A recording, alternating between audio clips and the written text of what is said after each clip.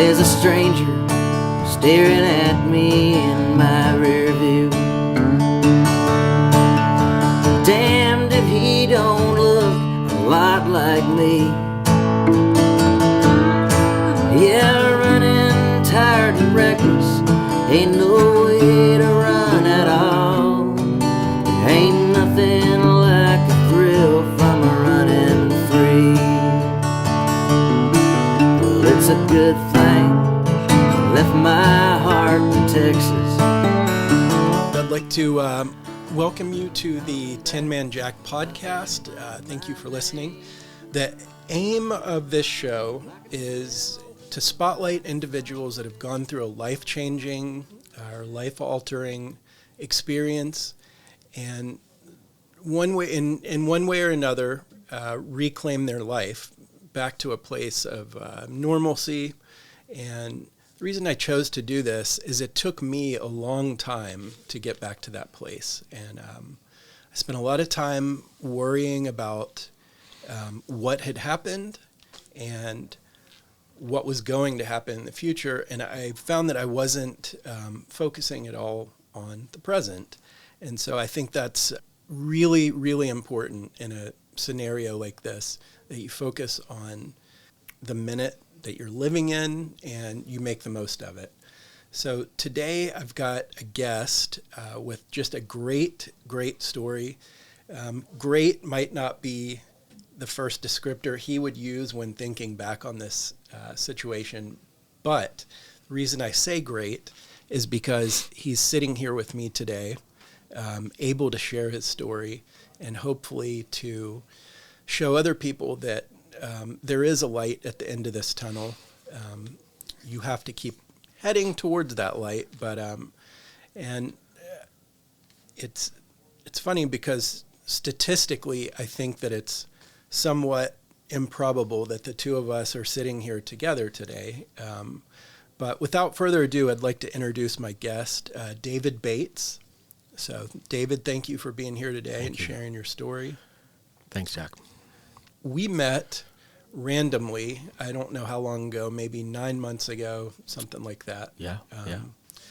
Our kids they share the same swimming teacher. So we were both sitting by the pool waiting for the kids, and I overheard David mention to someone that he had started cardiac rehab that day. And instantly my ears perked up, and I kind of injected myself into the situation. And we had kind of a brief interaction. What I did come away with that interaction was that we had the same type of heart attack. Yeah. And so at that point, I hadn't really had this idea to do this yet. So we didn't share contact information. However, swimming instructor Jess Naboni got us together, and so here we are. And I've been really, really excited to get you in here to have your side of the story. And so I'm gonna just kind of let you take it from here. Sure. What do you remember about when you first had this heart attack? Like, what details do you remember from it? Oh gosh. Well, first, thanks, Jack. Thanks. I appreciate you having me here. I'm very grateful to be here to share the story with you and with other people. So, my most vivid memory is sitting on the couch with my then 5-year-old son Mason. We sat down. We turned the Steeler game on.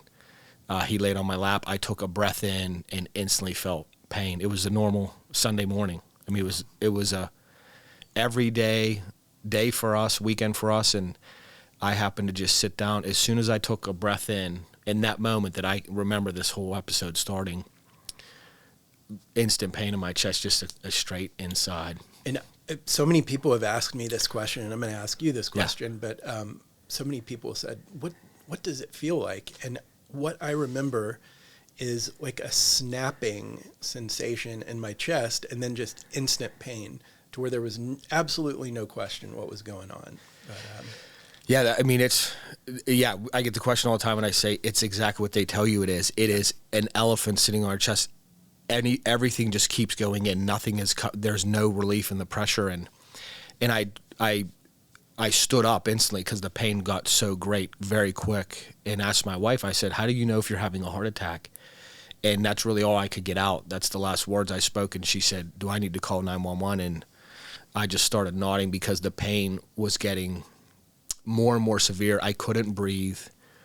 I started vomiting. This was all, I mean, within seconds, upon seconds of happening. Started vomiting, went over to the kitchen sink, holding on to the kitchen faucet, and just continuously vomiting without being able to breathe and feeling so much pressure through my entire body, sweating, drenched in absolute, I mean, my shirt was soaked at this point, and I just remember holding onto the kitchen faucet, saying the Our Father, waiting for someone to show up, the EMT from calling 911. I remember the sweating. It looked like somebody sprayed me with a fire hose, I'm sure, when I walked into the hospital. But so as you're waiting for the ambulance, Yeah. Are you still lucid, or were you awake the whole time, like once the ambulance arrived? I was awake, but when they came in, I just remember saying, help me, help me. As soon as they were, because I knew something was going on. Right. And I just kept mumbling, help me. They sat me in a chair.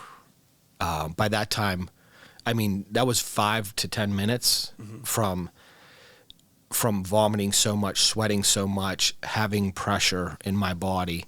I was just slumped over in a chair. They came, they did an EKG, and I just kept, the only thing that I must have said, help me, 1,000 times in that kitchen when they did the EKG, and they said, we're going to take you over to Jefferson Hospital in Jefferson Hills. And it was just, that is really consciously what I can remember, just those few moments. And I remember getting into the gurney, and they were taking me outside. Did your wife go with you in the ambulance? She did not. We have 4 kids. That's what I was wondering. Yeah. So that's four wonderful, amazing children. So my oldest was at work. Our little girl was down for a nap, and the 2 middle kids were there. She called her father, my father-in-law, Alan, who lives in California, PA, and she followed quickly behind me. right. When I got into the ER, I remember her being there. So she must have drove past the ambulance at that point. Yeah, that's kind of as a parallel. I was alone when I was in the emergency room, and so I remember just, and I've said this before, but I remember being in there and the wheels just turning. I was like, this is not how this is supposed to end. Yeah. Like, I'm here alone with, amongst total strangers. I was like, this is how it's going to end. Yeah. And do you remember, and I remember that, and then just tremendous pain, but do you remember what you were thinking? Oh, Outside of how bad, Excuse how me. uncomfortable you were.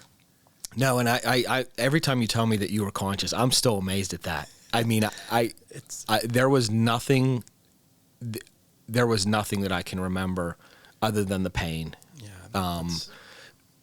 I was saying the Our Father because I did think that was the end. That I kept repeating the Our Father because I believed that was going to be it.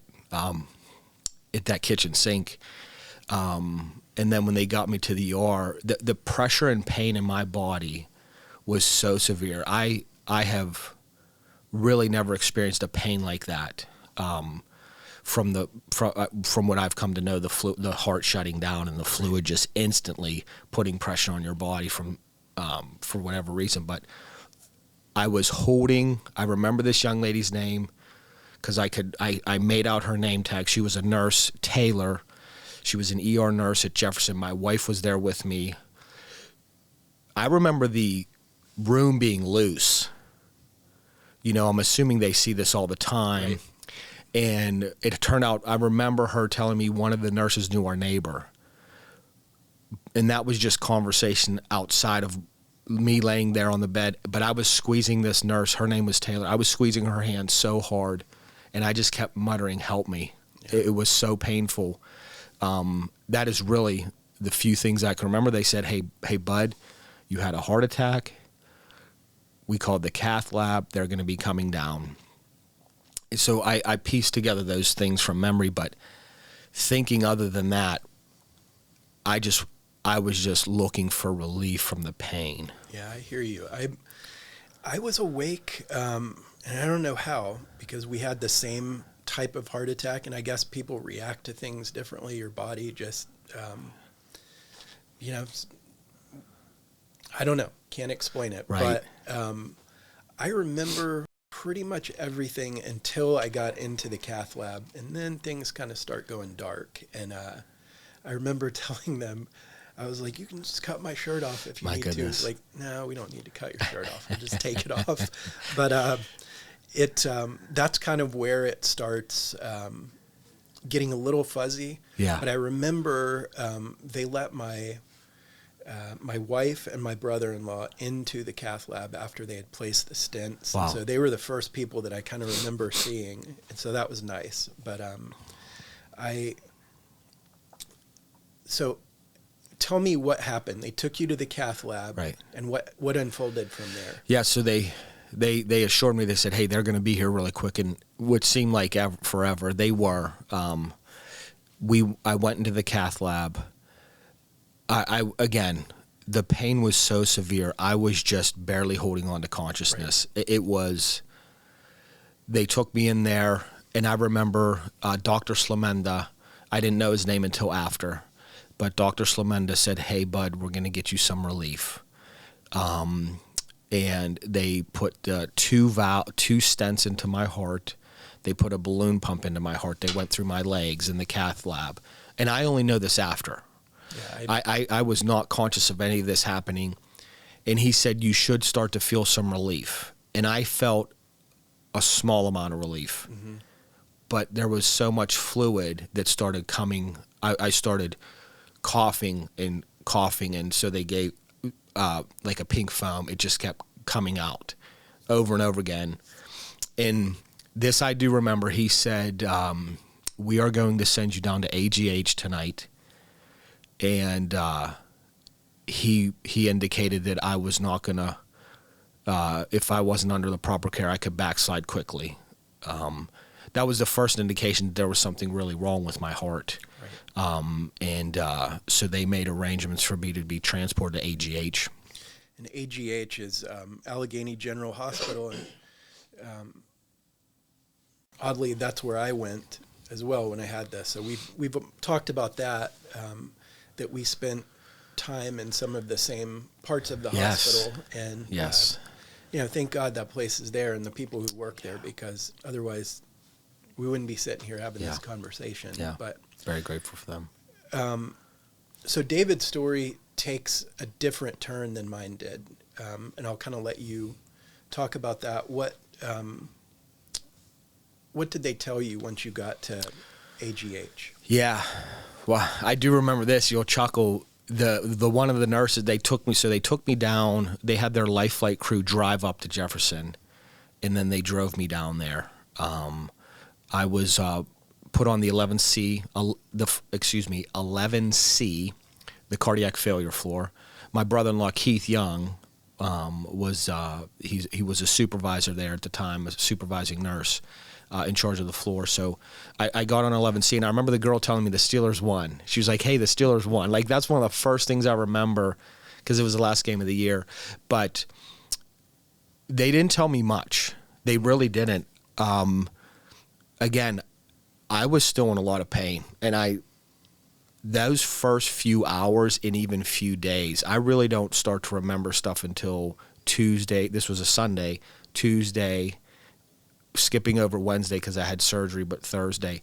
And what ended up happening was the fluid was so backed up in my body. Again, it was the constant coughing and the pink foam coming out, and I was just laying there. And they decided to place an Impella device into my ailing heart relatively quickly. I got there. The heart attack happened around 1 o'clock on Sunday. I was checked in at AGH by 6 p.m. Wow. That's how quickly all this moved. And I was on the 11C for a couple of days until they made the decision that I needed an Impella device. Now, can you explain to us what that device Yes. is and does? Yes. And this is all knowledge after. Sure. Because I didn't know anything about it was either. So. boom, boom, boom. The Impella device, they put it up through your chest, Okay. right here. It's a small motor that goes inside your heart. My understanding is that with the heart function, the beats, the contracting of the heart, one of the functions is weaker because of your heart attack. And so the Impella device, for lack of a better understanding, pushes the blood and fluid out of your heart that the beat would normally do, that one of your heart functions would do. So that's my understanding. And so that is what I understand it to do. It's a small device that's inside your heart just spinning. So it just bolsters it in a way that your heart no longer can. Yes, it's the function is pushing it's like a little spinning motor, because they were saying that it basically it could even cause damage to your blood because it's spewing it so fast. Those are my understandings. Now, when they placed that or told you they were going to place that, was there any talk of the level of damage that had they determined what level of damage had been done to your heart? No, they had indicated my heart was weak throughout those, Monday or Tuesday. My wife could tell a much better story of those first few days than me. They indicated the heart was in trouble. Right. They thought the Impella device would lessen the burden on my heart. They were diuresing fluid out of my body because of the pressure. And my understanding is they thought that if they could diurese enough fluid to pull the pressure off my ailing heart, the Impella device would prop it up until the heart kind of said, okay, let's get back to work as normal again. That was the original plan. Gotcha. In those first 72 hours.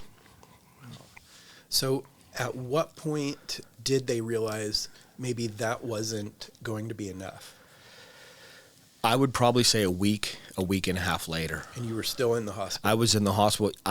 Ultimately we talked, I spent 5-6 weeks in the hospital at AGH.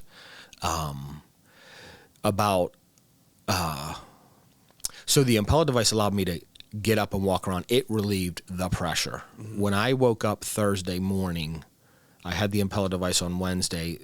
When I woke up Thursday morning, I knew it was clear that this thing was helping. It's a machine. The tube is in your body, and the heart's it's pumping away. So I was eventually walking around.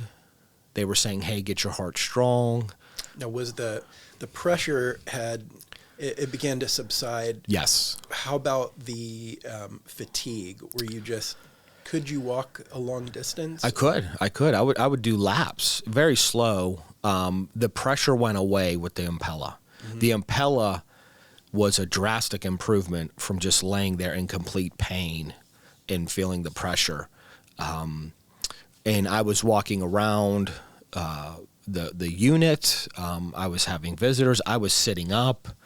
I had folks coming in regularly to visit that first week or so, and they were hoping that the Impella was going to improve my function, and it was, because I was moving around and walking. So they were monitoring that, and they would come in every day, talk to you, all the cardiac doctors on that floor, so many of them I'm grateful for, and we started moving in the direction of, we think this is working. We're going to turn down the function of the Impella. Oh, okay. Because we believe that this heart may be starting to kickstart itself back. That, again, this is my interpretation of what these Dr. Link, Dr. Dr. Hottie, and all the cardiac failure doctors were telling me. So I remember they did an ultrasound. Mm-hmm. Where they turned the Impella device way down and they monitored the function of my heart. Could you tell a difference? I was just laying there. Yeah. This was during the day. the idea was to start turning this thing down.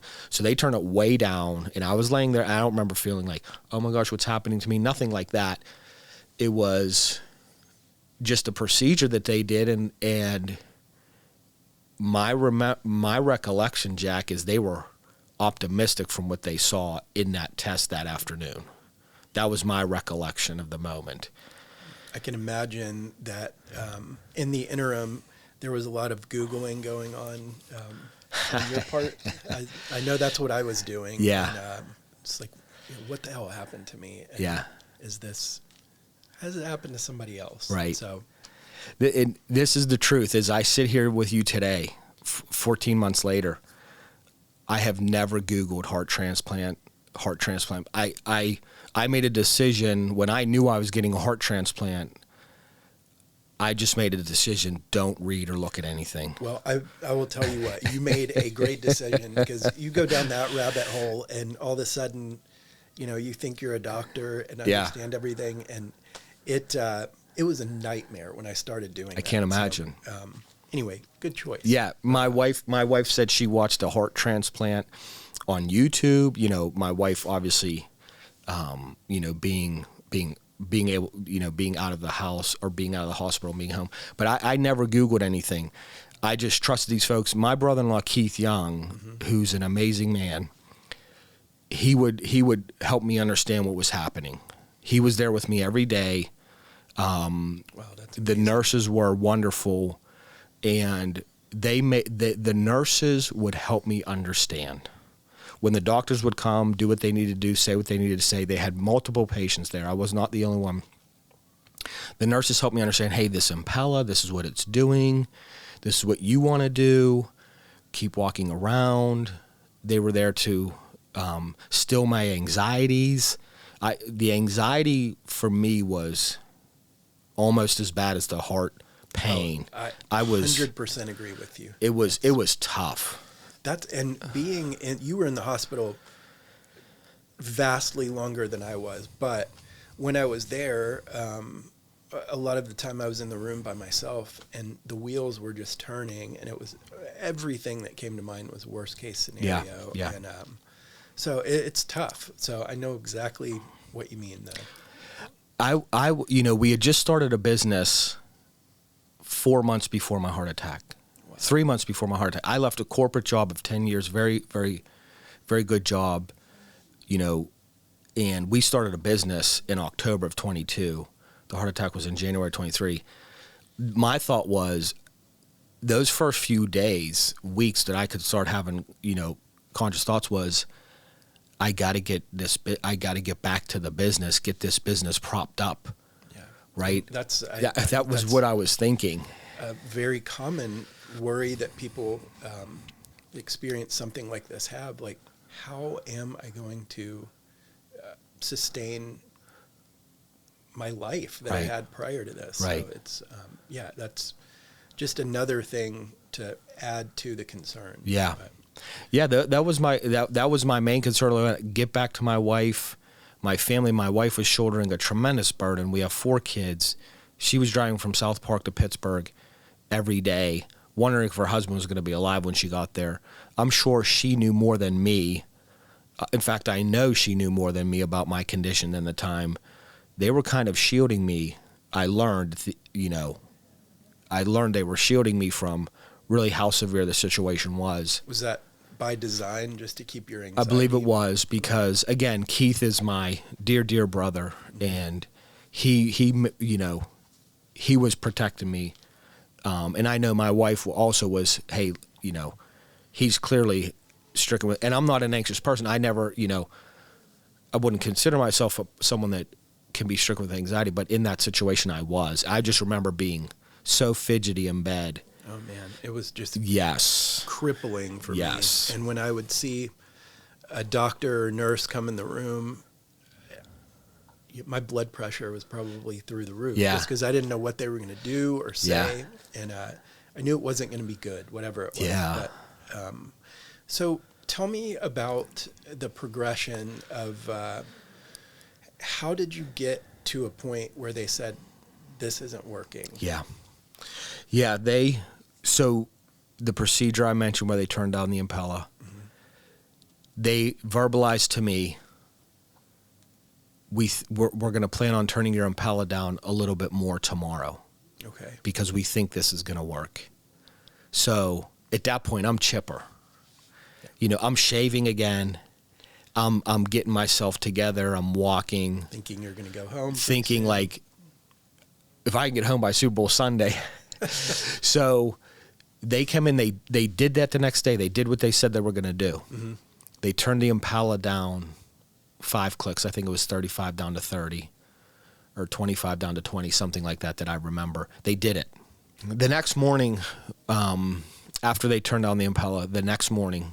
Now, when they turn it down, do they leave it down? They did. Is it just, they did. They were, Jack, there were people constantly coming into my room looking at this Impella device. Impella, the reps from the medical company who work with the doctors in the cath lab that install these things, I made friends with these gentlemen. Wow. You know, they were in my room so much. And the doctors, residents, there was somebody always looking at my Impella. The nurses were always looking at my Impella device. It's a monitor that's next to your bed. That the tube goes into your. So they turned it down. Everything seemed to be okay. Early on the next day, and I don't know what day this is at this point because I was just in the hospital at this point. Probably a week and a half after the heart attack. They came in, a doctor, I don't remember who this doctor was at this point, but it was early morning hours. He came in and turned my Impella device back up. And the nurse came in that morning and said, we have to take a bunch of blood work from you. We're going to schedule a CT scan. We need to get you prepped for surgery, possible surgery in the near future. I text my wife at that moment and said, can you get down here as soon as you can? Something is happening.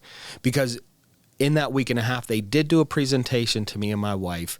Hey, worst case scenario, this is what happens. LVAD device or heart transplant. The Allegheny General does a wonderful job of the communication and information given. Now that we look back, was remarkable. But the conversation was just like a procedural conversation. We had never, they didn't indicate you need a heart transplant. They said, hey, cardiac failure could end this way, so we want to prepare you for that. Right. That was a few days before. But that morning, I knew, we knew. It was no longer like a formality that they had gone through. It's a real. That was, yeah, I just got a sensation. That was, I remember he come and turn it up. She come in and say, hey, we got to get a bunch of blood work. And I think at that point, it dawned on me,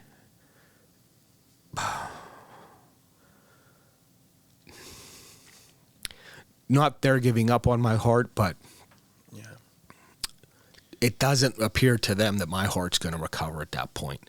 Yeah, I can't even imagine, after you go through the heart attack, you come through that, think you're kind of out of the woods, and then you're faced with this. Yeah. So if your anxiety was high at that point, it's got to be just off the charts. With the announcement of something like that. Yeah. I was walking around the hospital. I was feeling better. I have no cardiac problems. I had no pre-existing conditions. I had no indication from any doctor in 45 years there's something wrong with your heart. This heart attack was out of the, that. I've shared that with you. This was out of left field. To be told that you need a new heart. And it was, it was obvious that the doctor had not told me I needed a new heart yet. Mm-hmm. But it was very clear that morning that at some point during this day, they were going to sit me and my wife down and tell us we need a new heart. That was obviously coming. And that's something I can't fathom that, because just on so many levels, the stress that's got to induce, number one, how does that process work? How do you get a heart? Where do you get a heart? How much does it cost? What is the success rate? I wouldn't even know where to start with the question. So how did you tackle all of that? Well, when Dr. Chris Link, who I love dearly, he was so good to me and my family. When he sat down in that room, my oldest son was there, my wife was there. We told my oldest son, hey, you need to go down to the waiting room, Nico. And Dr. Link told me, you need a new heart. We're putting you up for candidacy for a new heart. And the emotion in that room to this day was tremendous. It was a loss for us, for me and my wife. Was it, I know that it must have just been so shocking, but at the same time, was there any feeling of optimism, like maybe this is the solution, or were you not there yet? I wasn't there for a few hours. Yeah. Because of the emotion of not knowing. You are telling me you are going to take the heart I was born with, given by my Creator. You're going to remove that from my body and insert a new heart. Yeah, that's... One of the conflicts I had was, God created me this way. I believe God created me unique as David is. I believe he creates all of us unique. He gave me this heart. Is it okay morally to have a heart removed from you? Because I thought I was healthy. To be given someone else's heart, that was my principal thought, quite frankly. That's, and people have all sorts of beliefs, and I guess one way you could look at that is maybe, well, he also created people that have the ability to do this sort of thing. Yes. And so I don't know. It's that's got to be just on a case-by-case basis. People accept that information differently and process it differently. So that's so what was the next step? Did you have to agree that you did they ever say, was there ever a moment where they said, if you don't do this, and then told you worst case scenario? I love what you said about acceptance, but no, they did not give us a choice. Your heart is failing. It will eventually, and my heart did eventually completely fail over the next couple of weeks. It did completely fail. Your heart's failing, and you need a new heart. It was, if we don't give you a new heart, we will insert an LVAD battery device to pump your heart until we get you a new heart. They made it clear your heart's in a very compassionate, kind, professional way. And probably, I don't know, a half hour, 45 minutes of that initial rush of emotion, these people had proven that they were remarkable, world-class medical professionals. Right. I'm a man of faith, and I believed that my doctors had my best interests at heart, that they were going to do everything necessary. They proved it up to that point. They proved it days after that. But I will tell you this, by the end of that day, me and my wife, after the initial rush of emotions, anger, fear, sadness, loss, it's the whole gamut. Everything. That's everything. We were sitting there with Keith and Karen. Karen is my sister, who's married to Keith. My wife, Karen, and Keith were in that room, and we were joyful. At the end of the day, we now know, our conversation was like, we now know what's going to happen. Now, do they give you, I know it's hard to give you like a concrete answer to this, but one of my first questions would be, how long does it take to get a heart? And once a donor is identified, what are the chances that it's going to work? And so what kind of answers did you get for those questions, which I presume you asked? I did. Quickly. You're speaking exactly what happened in that scenario. How long is this going to take? What happens in the meantime?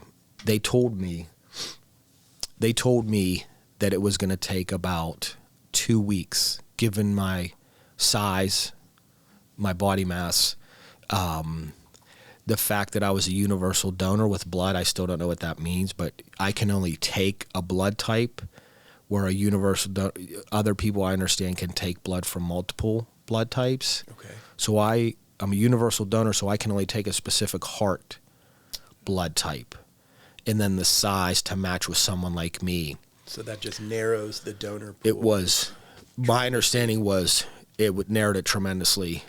There was a timetable for me, because I was in the hospital, experienced cardiac failure, and I was on an Impella device being aided. Now, And you can only be on the Impella for a specific amount of time. Okay. Now, does your young age move you higher? Yeah. As a recipient?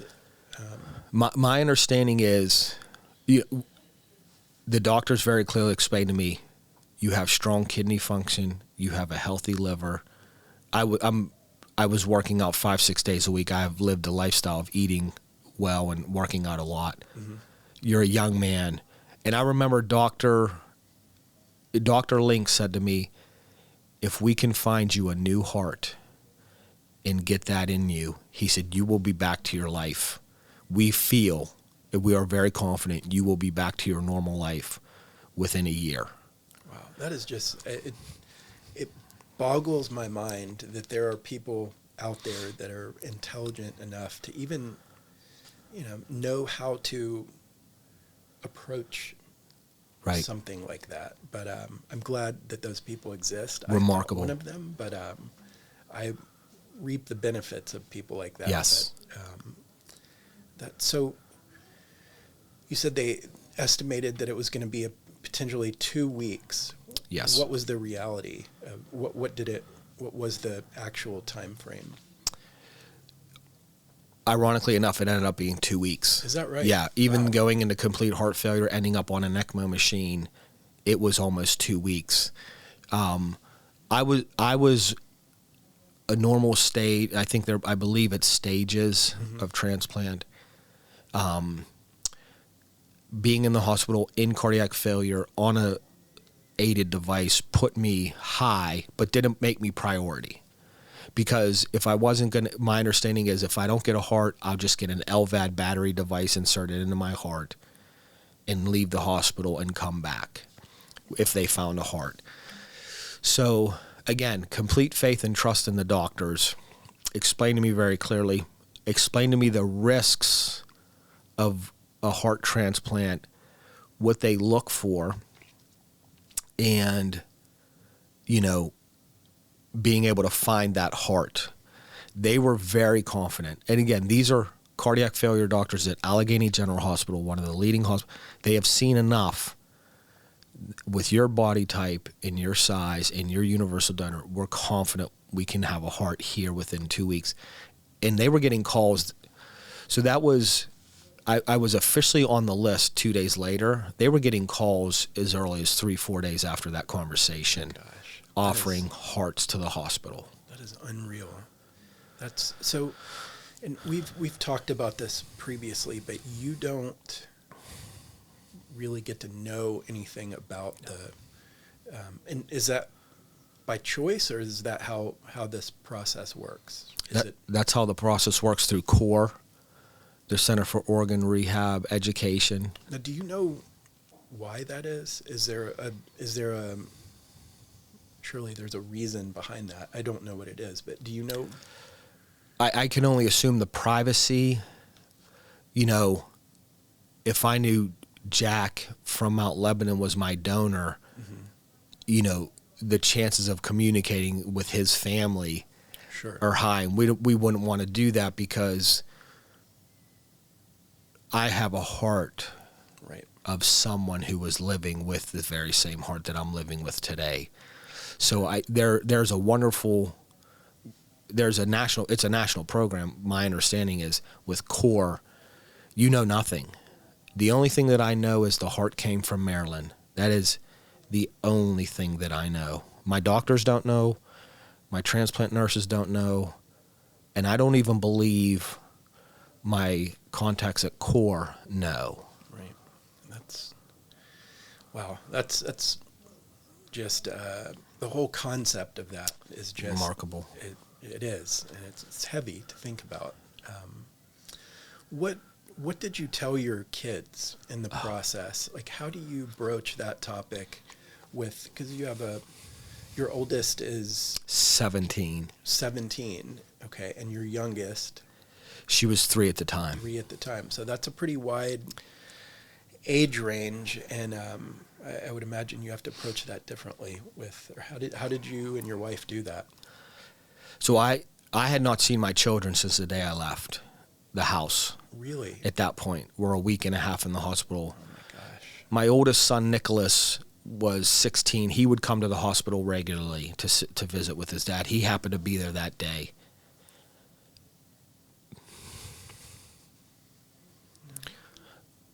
Nicholas was there when he came back into the room after they told me I need a new heart. So I told him that I needed a new heart.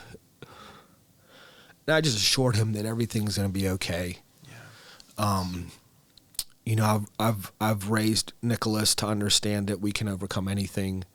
And I just told him, you know, there's a plan for me and you and our family, and things will be okay. So Nicholas, he experienced that emotion that day. We did not tell the other 3 children.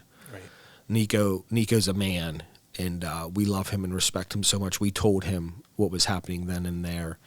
But the other kids, Jack, Daddy is sick. His heart's sick.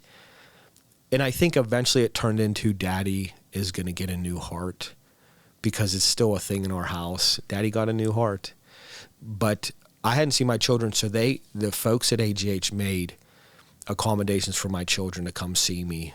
And amazing. We made sure we were buttoned up. They couldn't see any wires or anything. Mm-hmm. That time we were wearing masks still. So they would come visit, and Daddy's sick. He's going to get better. He's going to come home, but we're going to go visit Daddy. That was really the extent we gave the children. Yeah, that's an obstacle that, you know, I didn't have to face because at the time I didn't have children yet. So it was thinking about that now. You know, my kids, I love them more than anything in the world, and to have that conversation, yeah. I don't know how you did it. That's I've explained to my son what happened to me, and so I think he's 7 years old, so I think yeah. he has a rudimentary understanding of the whole thing. Yeah. But I don't want to tell him too much, scare him, but yeah. That's a tough piece to this puzzle. Yeah, I mean, you don't want to hide things from your children. Right. You don't want to teach them hey, it's not okay to talk about things that are catastrophic. I had advice a number of years ago from a good friend of mine, Ken Lewis, and he had simply told me, answer their questions. I was going through a life change. Nicholas was young. He said, if he asks a question, answer his question simply. Don't give him too much information. So that's been our approach as parents. That's kind of my approach as well. You know, they're little kids. Yeah. They're 5-year-old minds. So Daddy's sick. He's going to come home. And my wife, Darnell, we could spend another hour talking about how amazing she is. I know that she had conversations with the children at home on the couch, you know, helping them understand. They saw her very emotional at home, and you know, she again, tremendous, remarkable job what she was able to do during this whole time. But you know, I trusted her. We would talk about the conversations at home, but yeah, it was, you know, they eventually knew Daddy's getting a new heart, and he's going to be okay. Now, where were you when you got the news that they had found a suitable donor? So they told us we needed a new heart, and then the ensuing days, my Impella device started to fail. So I ended up on an ECMO device, and I ended up in the 12C floor on an ECMO device, laying completely flat. Now, tell us about an ECMO device. What is, for those that don't know what that is, why don't you lay that out? Yeah, my understanding of an ECMO device, it's a device that's at the end of your bed, purifies the blood in your body, does what a heart does, but it's a device outside your body. There's a tube taking the blood out of your body, running it through this machine, and there's a tube bringing it back into your body. And my understanding is completely bypassing the heart function in what the heart's doing. So at that point, I was in total heart failure. It was an emergency surgery, and you can only lay flat, completely flat, while you're on an ECMO device. And that put me very high on the list. Failed heart on essentially a life support machine in the hospital. That happened Thursday night, Jack. They found the heart Saturday morning, exactly 2 weeks after I was told I needed a new heart. I was laying in bed Saturday morning. One of the doctors came in. I don't remember his name. I wish that I did, but very clearly he was to the left of me. He said, "Hey, we found you a heart." Man, I can't even imagine that. What must have, were you in the room by yourself at the time? I was. I believe a nurse was there, but I was in the room, and I immediately called my wife. What was her reaction? Tears. We were so happy. We couldn't believe that it was happening. Yeah, that's... After what we had gone through for 4 weeks, for them to say, "You're getting a new heart," we were just so happy and emotional, as you can see, a year later. So you get to start over. Yes. Man, I bet that 4 or 5 weeks must have just been a lifetime. It was. So where did you have to go? Did they do the transplant at Allegheny General, or did you have to go elsewhere to have it done? They do everything right there. That was Saturday morning at 8:30. My son Nicholas came down that day. My wife obviously was there all day. My good friend Dominic, who was by my side a lot throughout this whole time, Dom Canello, he was there that day. And I got to tell Dom, and I got to tell my son in person, "Hey, they got me a new heart." And it was such an a joy. There was a joy of emotion that day. And they put me in surgery the next day, Sunday morning. They came and got me. Me and my wife were there. They came and got me. They took me downstairs. They put the heart in the middle of the day. How long does a surgery like that take? My understanding is 4 to 5 hours. My wife would know better. She knows a lot more about all of the medical side of things than I do, because she was the one being told. Mm-hmm. She would share. I still ask her questions, and she still shares stuff with me. I believe it was all afternoon, all Sunday afternoon. And when you woke up from that surgery, how did you feel? I mean, was there, surely there was pain. What else? Like, what all were you feeling when you... I was conscious when they were bringing me out of, is it called, you're intubated? Okay. So you intubated, they did not bring me out until Monday evening. Okay. So I was 24 plus hours intubated, but I could hear the nurses' voices, and they were so kind and gentle with, "He's not ready, slow down," whatever they were doing. But they brought me awake, and I had 2 nurses in the room, my wife, and we just looked at each other, and we just said at the same time, "We did it." Man, it's almost like being born again. Yes. Yes. Wow. That kind of at a loss for words. Yeah. Thinking about that. It was such the whole time, Jack, from being told you needed a heart, me sitting in the hospital room by myself for hours, at nights, days. I had a ton of visitors. I wondered what that moment was going to be like. For days, a couple of weeks, I wondered, how do you feel when you wake up with a brand new heart? Do you think differently? Am I going to be another person? Yeah. Am I going to be thinking like this person thinks? Am I going to have the same characteristics as this person because I have their heart in my body? They have taken my heart out, and I just wanted that moment of waking up. I wanted to wake up with a new heart to see if it was actually a real thing. And when I woke up, me and my wife, just filled with joy, we did it. And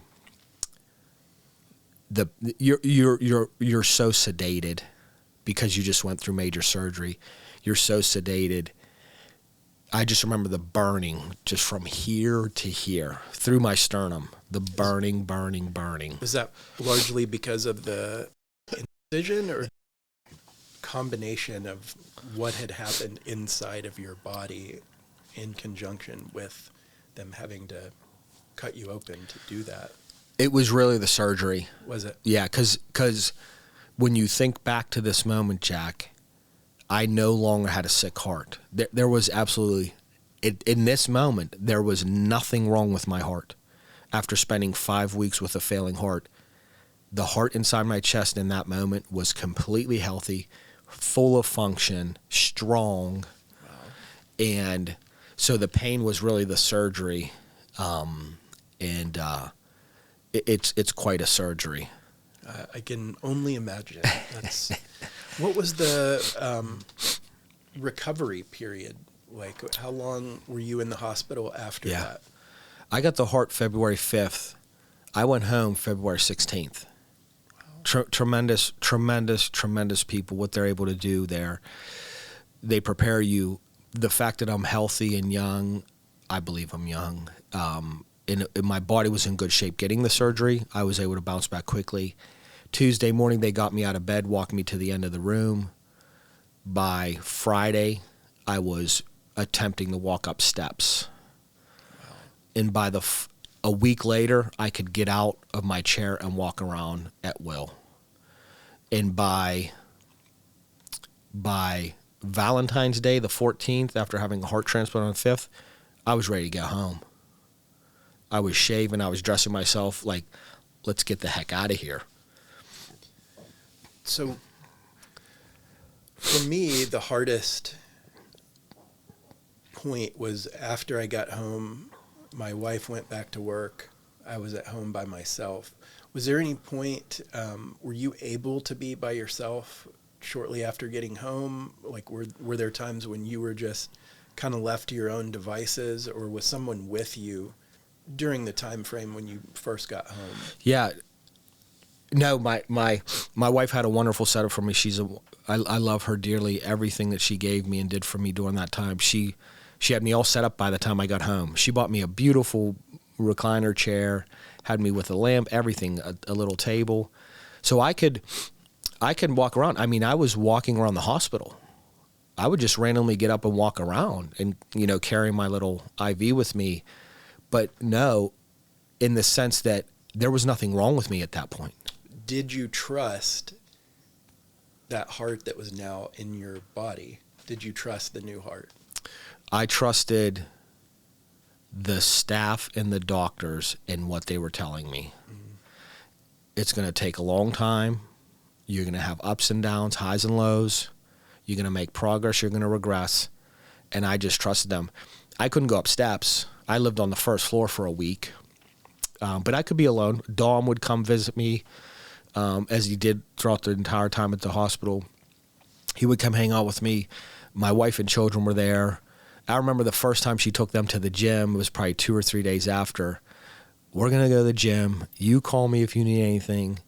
And, I was of I was of the mindset at the time, go, because I'm normal. I would, try to get up and do as much as I could. My wife did so much for me at that time. I would attempt to do as much as I could. But once I started getting up the steps, that was like a milestone. And it's just an amazing journey that you went on in a relatively short amount of time that you weren't expecting to go through. No. So there's nothing, I guess, that could have prepared you for any of that anyway. But two more things I kind of wanted to touch on, and what sort of initiated our meeting in the first place was when I heard you mention that you had started cardiac rehab. Yes. How long after your transplant did you start that? Probably 6 to 8 weeks. And then you did it, was it a 6-week program that you did, or how long did it last? No, it was, I don't know how long it was supposed to last. I went there once I was cleared to drive 6 weeks after surgery. Mm. At this point, we're talking about healing from surgery and getting this heart pushed. And you've been through it. They monitor you so closely, cardiac rehab. Well, again, I was plugging myself back into a lifestyle of a gym lifestyle, a working out constantly lifestyle. So relatively short amount of time, they would allow me to push my cardio function in cardiac rehab. Probably 2 weeks, 3 weeks after starting cardiac rehab, I was back in my gym. Couldn't lift a thing, but I was back in my gym. Yeah. I was back in my office. I was doing more and more normal everyday stuff within my capacity. My capacity to do normal everyday life was growing exponentially week after week. Yeah, I've found, and I will preach this to anybody who will listen that's going through something like this and would benefit from cardiac rehab. That was a game changer for me. Yes. It made me start to feel like I could trust my heart again. Yes. Because you're in a fairly controlled environment, like you said, being monitored the whole time you're in there. And so I wasn't scared to exercise, get my heart rate up. But and then while I was in there, I met quite a few other people. They were substantially older than I was, but they had some great stories and welcomed me in. But it was so that was something that was a huge benefit to me. Yeah. And so it was that's what I just wanted to ask you, like, if you felt the same way, like if you and I've talked so much. I cannot imagine being in your situation. You had the same heart that betrayed you, quite frankly. Still, and you still have it. God bless you for that. Almost 11 years later.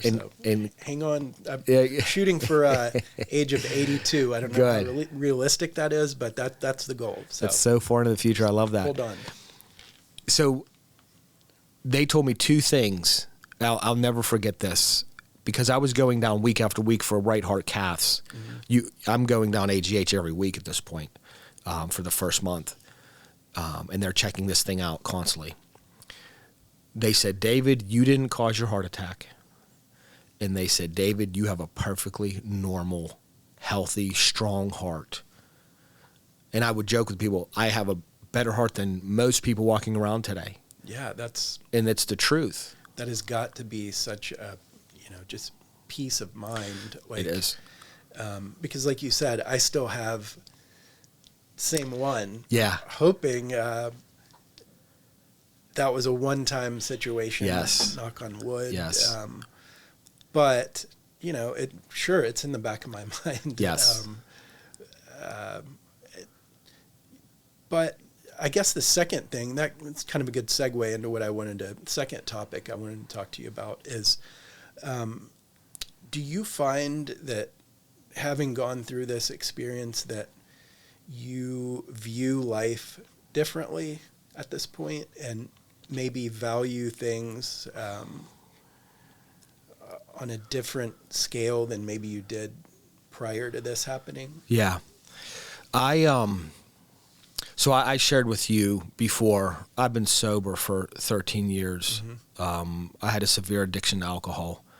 And the process of getting sober 13 years ago really set me on a different course in life. The mindset that I had from gaining sobriety and being gifted sobriety and gifted a spiritual life through sobriety, my mindset was already, I'm capable of anything. Right. I've come from the gutter to... So you had already taken stock of... Yes. How should I look at life? How should I live life? Being, and that's another instance of kind of being given a second chance. It was. I was given a second chance. Our family grew. My career grew. We started our own business. So, I will say, though, that to answer your question, my wife and I feel we are able to overcome anything.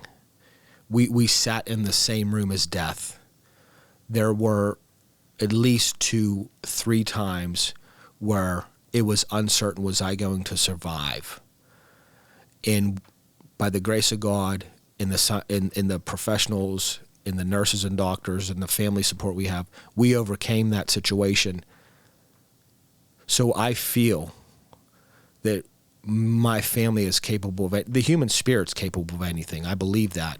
But I firmly believe it to my core because we've personally experienced that. I believe you're more than capable of overcoming anything. I will say this. Time means nothing to me anymore. That is the one thing that went away. I am in no rush. I don't feel I've lost time. I don't feel that I need to hold on to time. Existence, staying in the moment and being present has taken on a completely different meaning for me today. I couldn't agree with you more. That's, I have said this on a couple of other these podcast episodes that I kind of viewed, I realized that I spent so much time worrying about what had happened. Yeah. And so much time worrying about what was going to happen. Yeah. And you lose so much by doing that. Yeah. And especially now that I have children and, I think it's so important that you just look at right now and just take advantage of it and make the most of it because it might be what you've got. Yes. And so to fritter something like that away is just something I don't want to do. And Yeah. I've found that I don't worry about things that a lot of people, maybe that haven't had some epiphany. Sure. That they they're worrying too much about work or, Right. which of course I want to do a good job at that, but Yes. it's, it's just a whole different view that maybe some people wouldn't understand. Yeah. I don't get worked up about things that I used to. Right. I just kind of focus on what's important to me. Yeah. And it's been a game changer for me. Yeah. So. Yeah. Yes. Because we've experienced some of the exact same things. When I went from the Impella device on a Thursday night, Dr. Kanwar told me that we are removing this Impella, we're putting you on an ECMO. In that moment, I had known enough about what an ECMO machine meant. I knew this was the end of the line. She touched my shoulder. We're going to take you down to the cath lab. We're going to put an ECMO device. I exhaled in that moment. I am either going to survive this or I'm going to go home to my eternal Father. And that was the peace of mind. I had peace of mind in that moment to say, this is it. Yeah. This is it. And so, again, we are not special for experiencing this. However, we did experience it. Yeah, it gives you a different perspective, I think is what it does. And, makes you realize that how lucky you are to have the time that you do have. Yeah. And so that's, and again, the reason that I wanted to do this whole project is because I know there are people out there like us Yes. that are in the piece of it right now to where so much of their life is spent worrying. Yes. And so I think just this conversation is we are living proof that, you can get back to a spot where you want to be and where you feel like you're in control of your life. Yes. And so it took me a lot longer than it sounds like it's taken you. I didn't handle it the right way at first. So once my son was born, that shifted my focus. I guess I found like a real purpose in life, and that purpose, I guess, if nothing else, my purpose in life is to be a dad. That's wonderful. So that's kind of guided me more than any other thing. Yeah. So that's so wonderful.